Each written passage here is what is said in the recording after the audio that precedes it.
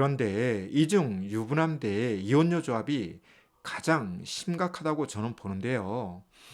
이는 저의 상담 경험을 토대로 말씀드리는 것입니다. 안녕하세요. 동행쌤입니다. 오늘은 이혼녀, 즉 돌싱녀 중 외도 상간자가 많은 이유란 칼럼을 준비했는데요. 영상 보시기에 앞서 구독과 좋아요 부탁드립니다. 고맙습니다. 먼저 오늘 칼럼을 시작하기에 앞서 말씀드리기는 저의 오늘 칼럼이 이혼한 남녀, 즉 돌싱 남녀를 일반화시킨 것은 아니고요. 이혼 후 외도 관계를 맺은 돌싱 남녀에 대한 것임을 밝힙니다. 외도 커플 조합으로는 유부남 대 유부녀 조합, 유부남 대 이혼녀 조합, 이혼남 대 유부녀 조합, 유부남 대 미혼녀 조합, 그리고 미혼남 대 유부녀 조합이 있죠. 그런데 이 중 유부남 대 이혼녀 조합이 가장 심각하다고 저는 보는데요. 이는 저의 상담 경험을 토대로 말씀드리는 것입니다. 수많은 외도 커플 중 유부남 대 이혼녀 조합의 예후가 안 좋은데요. 그럼 왜 이혼녀, 즉 돌싱녀들이 외도 상간자가 되는지에 대해서 알아보죠. 제가 외도 상담에서 경험한 돌싱녀 중에는 이혼 전 외도 행위자였던 분들도 있고 이혼 전 외도 피해자였던 분들도 있었습니다. 즉 외도 피해자에서 외도 상가자가 된 경우가 있는데요. 이런 현상에 대해 저도 한동안 궁금증이 높았죠. 그래서 나름 연구도 해보고 그 원인도 찾아보았습니다. 이에 제가 내린 결론은 다음과 같이 세 가지인데요. 첫째, 이혼녀가 외도 상간자가 되는 경우로서 전혼 관계에서 받지 못했던 사랑과 관심을 외도를 통해 해결 및 해소하려는 보상 심리가 있었죠. 문제는 유부남과 관계를 맺는다는 것인데요. 이런 외도가 발각될 경우 그 피해는 매우 크죠.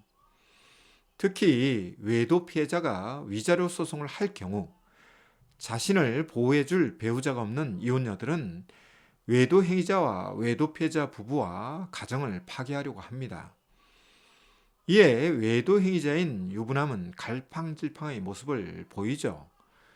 심지어 외도와 직면한 가정의 자녀들까지 걸고 넘어가는 경우도 있는데요. 외도 그 자체도 부적절하지만 자녀들까지 공격과 위협을 하는 경우는 매우 부적절한 태도라고 할 수 있습니다. 한편 더 이상 얻을 것은 없고 잃을 것만 있는 돌싱녀의 경우 외도 행위자를 뒤에서 조종하며 외도와 직면한 부부와 가정을 파괴하는데요. 이때 외도 행위자의 성향이 우유부단하거나 외도 상간자인 돌싱녀에게 환상을 가지고 있을 경우 외도 행위자는 외도 상간자의 전략대로 움직이면서 외도 피해자를 이중 삼중으로 괴롭히죠. 이런 모든 것들이 전원 관계에서 받지 못했던 사랑과 관심에 대한 보상 심리가 뒷배경에 있습니다. 다음으로 생각해 볼 수 있는 것은 외도에 대한 호기심 때문에 외도 행위를 하는 이혼녀, 즉 돌싱녀들도 많죠. 이런 경우 전원 관계에서 외도 피해자였던 이혼녀가 이혼 후 외도 상간자가 되는 경우인데요. 외도 피해자 입장에서는 분노와 울분이 올라오게 되는 경우가 바로 이런 경우죠.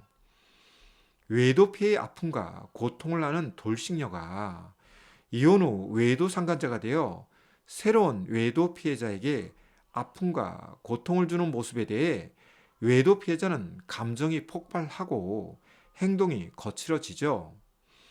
외도는 전염력이 강해서 성장기에 부모의 외도를 경험하였거나 결혼 후 배우자의 외도를 경험한 외도 피해자의 경우 또다시 외도 피해자가 되거나 외도 행위자가 되는 경우가 많습니다.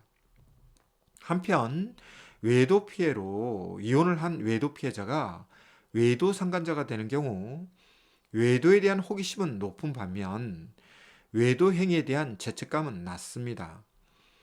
그러다 보니 이혼 후 외도 상간자가 되는 것에 대한 두려움이나 죄책감은 적은 편이고요. 외도 행위를 통해 자신의 상처에 대한 보상을 꿈꾸기에 이혼 전 외도 피해자였던 이혼녀들이 이혼 후 외도 상간자가 되는 경우도 흔하죠. 그 다음으로 생각해 볼 수 있는 경우로는 이혼 전에도 외도 행위자였는데요. 이혼 후에도 외도 행위를 계속하는 외도 상간자 경우죠. 이 경우는 외도 중독, 관계 중독, 행위 중독에 빠졌다고 볼 수 있죠. 이런 분들의 경우 외도에 대한 감수성은 거의 없습니다. 외도 행위를 그냥 일상 행위 중 하나라고 생각하죠. 이런 분들의 내면을 들여다보면 결핍이 많고 상처가 많은 사람들입니다. 그러다 보니 사랑이 되었든 외도가 되었든 관심을 받고 인정을 받고 싶으며 이를 위해서는 열망이 아니라 욕망이나 탐욕으로 외도 행위까지 시도하는 것에 대해 두려움이나 수치심이 없습니다. 아울러 타인의 가정을 파괴하는 것에 대해서도 대수롭지 않게 생각하거나 경우에 따라서는 적반하장의 모습으로 외도 피해자를 조롱, 비아냥, 무시, 공격 및 협박하는 모습을 취하기도 합니다. 이런 면 때문에 저는 외도 피해자들에게 섣불리 이혼녀인 외도 상간자를 만나 단판 짓는 것을 조심하라고 하죠. 특히 이혼 전후로 외도 행위자나 외도 상간자였던 분들은 의외로 사람에 대한 심적 착취에도 능하기 때문에 섣불리 접근하였다가 오히려 프레임에 말려드는 경우도 보았는데요. 대표적인 것이 외도 피해자를 자극하여 폭력을 유도하고 폭력 사태가 벌어질 경우 고소하는 경우도 있었습니다. 이렇게 이혼녀, 즉 돌싱녀 중 외도 상간자가 되는 경우를 세 가지로 정리해 보았는데요. 여기서 한 가지 중요한 것은 돌싱녀와 외도 관계를 맺는 외도 행위자들은 일반적으로 우유부단한 성격을 갖고 있으며 돌싱녀에 대한 동정과 환상을 가지고 있습니다. 아울러 돌싱녀에게 배우자가 없기 때문에 혹 외도 행위가 발각되어도 위자료 소송을 당할 염려가 없다 보니 유부남 중에는 돌싱녀를 외도 상간자로 선택하는 경우도 있는데요. 이 잘못된 선택이 몰고 올 후폭풍은 전혀 예상하지 못하고 자신의 욕망과 탐욕에 빠지는 것이죠.